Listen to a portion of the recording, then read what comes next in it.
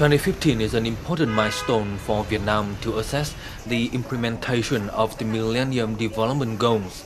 Besides, 2015 was also the year to end the first phase of implementing the targets of National Strategy on Population and Reproductive Health and National Program for Vietnamese Population and Family Planning. Hầu hết tất cả những cái mục tiêu được đặt ra trong giai đoạn 1, cả về dân số, kế hoạch gia đình cũng như chăm sóc sức khỏe, sinh sản, chúng ta đều đạt được. Chúng ta vẫn tiếp tục duy trì được mức sinh thay thế, khống chế được cái tỷ số gia tăng giới tính khi sinh trong cái phạm vi mà chúng ta đặt ra, cũng như là đã bước đầu nâng cao được chất lượng dân số và đáp ứng được đầy đủ các cái nhu cầu về phương tiện sinh thai và dịch vụ kế sinh cho người dân. Các cái chỉ số về chăm sóc sức khỏe bà mẹ và trẻ em cũng như là về chăm sóc sức khỏe sinh sản nói chung cũng đạt và vượt được các cái chỉ tiêu, và chúng ta đã hoàn thành được những cái mục tiêu về thiên niên kỷ, những cái chương trình kế hoạch gia đình, chăm sóc sức khỏe sinh sản, nâng cao sức khỏe của bà mẹ và trẻ em. Đó là 3 cái nội dung lớn mà chúng ta phải tiếp tục để làm đạt được cái kết quả cao hơn. From the successes, the priorities for the period 2016 to 2020 are in place in order to improve the health quality of Vietnam's population towards fulfilling the common agreements in the United Nations Sustainable Development Goals.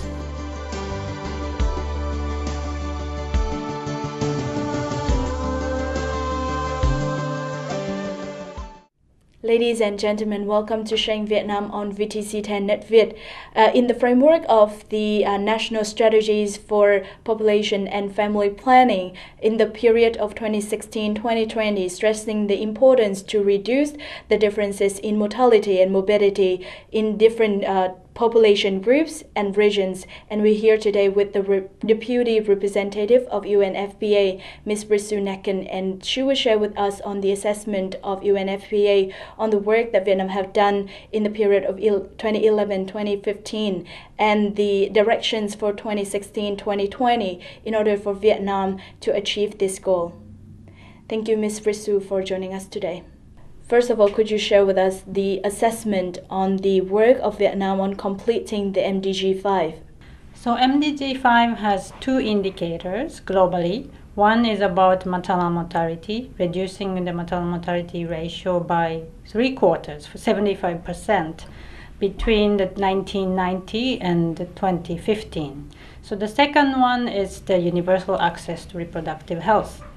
So on these 2 indicators, Vietnam has been doing really good and actually almost achieved the goal. In terms of maternal mortality ratio, it's a drastic reduction, and by end of 2015, we had achieved this goal.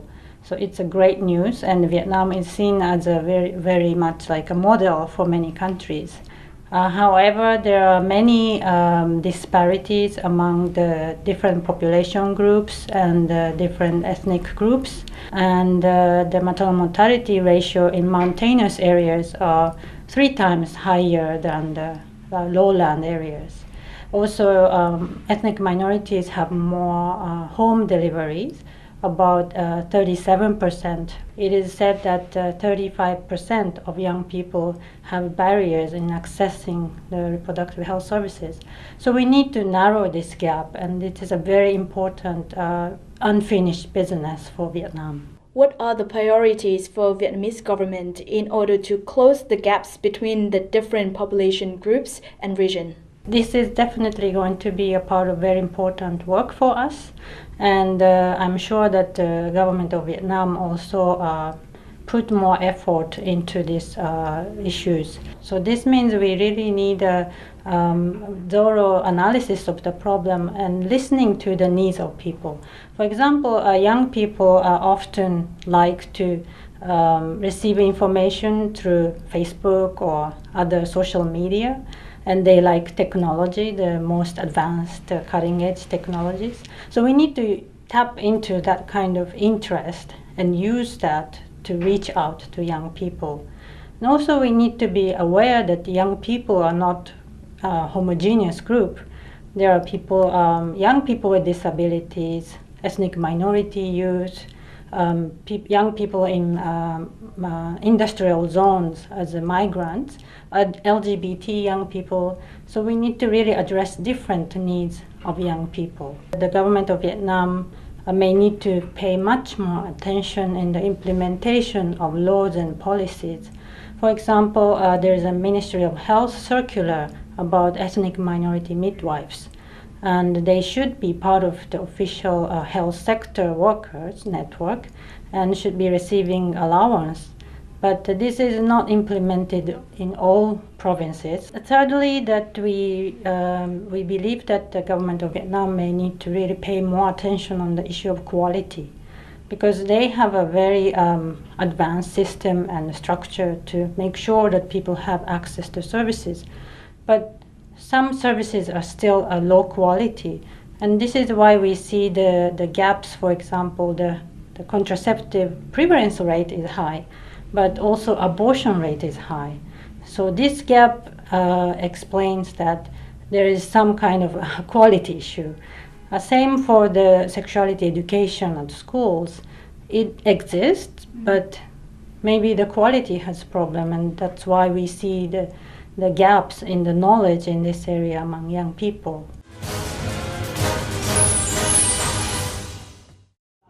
Besides past achievements, population and reproductive health care services are also faced with many new emerging problems, many difficulties and challenges affecting the implementation of the objectives of Vietnam's national strategy on population and reproductive health. Cái ngân sách càng ngày càng eo hẹp, đặc biệt là trong cái việc cung ứng các cái dịch vụ, phương tiện tránh thai, an ninh phương tiện tránh thai từ nguồn nhà nước là có nhiều thách thức và khó khăn. Và bên cạnh đó thì cái nguồn lực của xã hội cũng chưa được tiếp nhận đầy đủ. Và việc kiểm tra giám sát, việc đảm bảo cho người dân được nhận những cái dịch vụ một cách tốt nhất và chất lượng nhất thì chúng ta vẫn chưa có được cái cơ chế để kiểm tra giám sát cái đấy. The priority on reproductive health and sexual health family planning after 2015 will be the basis for the health sector to build and implement effective health plan for the next 5 years and population reproductive health strategy in the period 2016-2020. In which the Ministry of Health and other relevant units to actively provide information to adolescents and unmarried young people, improved public and private partnership in providing friendly service and contraception, building specific policies for reproductive health, sexual health of the youth, building national standards for quality assurance system of the contraceptives consistent with international standards. Thì những cái giải pháp chủ yếu phải tập trung đó là vẫn tiếp tục phải duy trì và nâng cao cái chất lượng hiệu quả của cái việc công tác truyền thông thay đổi hành vi để nâng cao cái kiến thức, cái thông tin cho cái người dân để người ta tự nguyện chấp nhận và tự nguyện tiếp nhận những cái dịch vụ đó. Cái thứ hai là nâng cao cái năng lực cái việc cung cấp các cái dịch vụ này ở tất cả các cái tuyến, đặc biệt là tuyến cơ sở. Trước hết là chúng ta phải tăng cái đầu tư để cái cơ sở y tế ở đấy có đủ điều kiện để cung cấp những dịch vụ này. Cái thứ hai nữa là phải có đầu tư thêm nữa để mà có những hình thức khác biệt so với những vùng miền xuôi. Đó là các cái đội dịch vụ lưu động được trang bị đầy đủ để đi đến cái vùng sâu vùng xa cung cấp các cái dịch vụ này gần với bà con hơn. Rồi cũng có những cái chế độ đãi ngộ đối với lại cán bộ y tế, những người sẽ cung cấp những dịch vụ này, cán bộ y tế và dân số, để người ta khuyến khích người ta và cũng tạo thêm những điều kiện hỗ trợ để cho những cán bộ này có cái điều kiện để đi đến với đồng bào.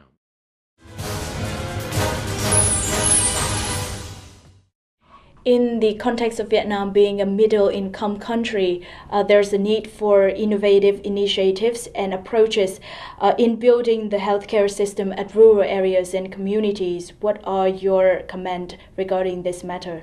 To address, for example, the need in the mountainous area, I think technology can play an important role. Even mountainous areas, actually, there are a lot of people with a mobile phone or even smartphone to have access to information. So we should be able to use that more. But for this, we really need a good partnership with the private sector, with the telecommunication companies. It really needs a multi-sectoral partnership and everyone working towards the same goal. And I think in this environment, it is really possible, for example, organizations like UNFPA to take a lead role in really creating the environment and the forum for all the partners to come together and discuss the solutions together. What are some of the models worldwide that UNFPA would suggest for the Vietnamese government in order to achieve more creative initiatives in the healthcare system? We invited a number of countries, mainly Asia Pacific, but also from other regions.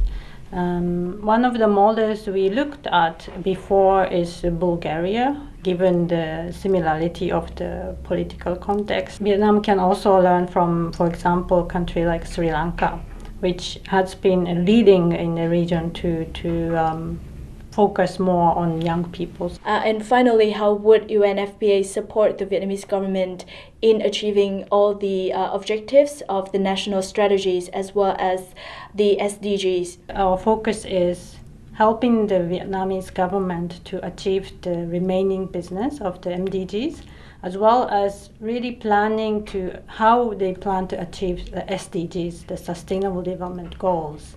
So under this new framework, the main message, the slogan is leave no one behind.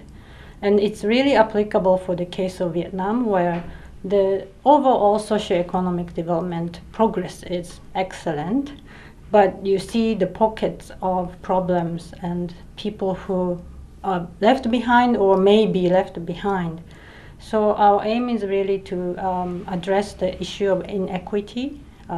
As I mentioned, the ethnic minorities, the migrant workers, young people, unmarried young people, and so on, to have a real universal access to reproductive health. And that's a really important topic and our sort of goal in the coming years. So in this context, it's really important that we focus on the policy level change rather than going into the grassroots and delivering services or doing small projects. We don't see that those projects are unimportant, but it is important role for us to bring the lessons learned from those small projects into the policy level dialogue. So bringing in the international experience and expertise from abroad so that Vietnam can have the best possible policies as well as the mechanism to implement and monitor that. Thank you so much, Ms. Prisunakan, for your sharing today. Thank you. And that's the end for our program today. Thank you so much for watching us. Hopefully, we have provided you with informative program on how Vietnam can achieve its national strategies for Vietnamese population and family planning, and that's stressing the importance of closing the gaps between different population groups and region. Any questions and recommendation, please email to sharingvietnam@netvittv.net. Thank you and see you again.